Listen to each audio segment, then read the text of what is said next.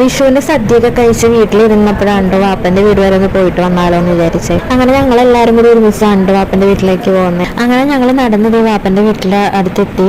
നല്ല റിസോർട്ട് അവിടെ ചെന്നിരിക്കാനൊക്കെ ആയിട്ട്. അവിടെ താറാവും കോഴിയൊക്കെ ഉണ്ട് കേട്ടോ. അങ്ങനെ ഈ സ്റ്റെപ്പ് ഇറങ്ങിയിട്ട് വേണം കേട്ടോ താഴേക്ക് ചെല്ലാനായിട്ട്. അപ്പം നമ്മളവിടെ ചെല്ലുമ്പോൾ താറാവൊക്കെ അവിടെ നിൽപ്പുണ്ട്. പിന്നെ ഇവിടെ ഒരു മെയിൻ ആയിട്ടുള്ള ഒരാളുണ്ട് കേട്ടോ, റോക്കി. അത് വാപ്പന്റെ രോഗാണേ. ഞങ്ങൾ അങ്ങോട്ട് ചെന്നപ്പോഴത്തേക്കും തന്നെ നമുക്ക് ഫുഡൊക്കെ എടുത്ത് വെച്ചിട്ടുണ്ടായിരുന്നേ. പിന്നെ അവരെല്ലാവരും ഊണ് കഴിച്ച് ഞാനൊരു ഗ്ലാസ് പായസം മാത്രമായിട്ട് കുടിച്ചിട്ടുണ്ടായിരുന്നുള്ളൂ. പിന്നെ പുറത്തേക്കൊക്കെ ഒന്ന് ഇറങ്ങി ഇവിടെ ഒരു കുളമൊക്കെ സെറ്റ് ചെയ്തിട്ടുണ്ട് താറാവിന്. അങ്ങനെ അടിപൊളിയാണ് കേട്ടോ. അവിടെ നല്ല ശാന്തമായ ഒരു അന്തരീക്ഷമാണ്. ഇവിടെ കുറച്ച് നേരം മുറ്റത്തോടെയൊക്കെ ഇങ്ങനെ നടന്നു. അതിപ്പോൾ ചെറുതായിട്ടൊന്ന് മഴ പെയ്തായിരുന്നു. അപ്പോൾ ഞങ്ങൾക്കൊരാഗ്രഹം ആ കുളത്തിലെ വെള്ളം ഒന്ന് തുറന്നു വിട്ടാൽ എങ്ങനെ ഉണ്ടാവും. അങ്ങനെ കുറേ നേരം വാപ്പനോട് ചോദിച്ച് അവസാനം വാപ്പൻ തുറന്നു വിട്ടോളാൻ പറഞ്ഞു കേട്ടോ. അങ്ങനെ ആ ഒരു സന്തോഷത്തിലോട് ചെന്ന് പൈപ്പൊക്കെ തുറന്നു വിട്ട്. നന്നായിട്ട് മഴ പെയ്തുകൊണ്ട് തന്നെ ടാങ്കിലെ വെള്ളമൊക്കെ കളഞ്ഞ് കഴിയുമ്പോൾ മഴവെള്ളം അതിൽ വീണിട്ടേ അതുപോലെ അഴുക്കൊക്കെ ആ പൈപ്പ് വഴിയാണ് പുറത്തേക്ക് പൊയ്ക്കോളൂല്ലോ എന്നാണ് ഞങ്ങൾ വിചാരിച്ചത്. പക്ഷേ മഴ ഞങ്ങളെ ചതിച്ചു ഗൈസ്. മഴ നിന്നു.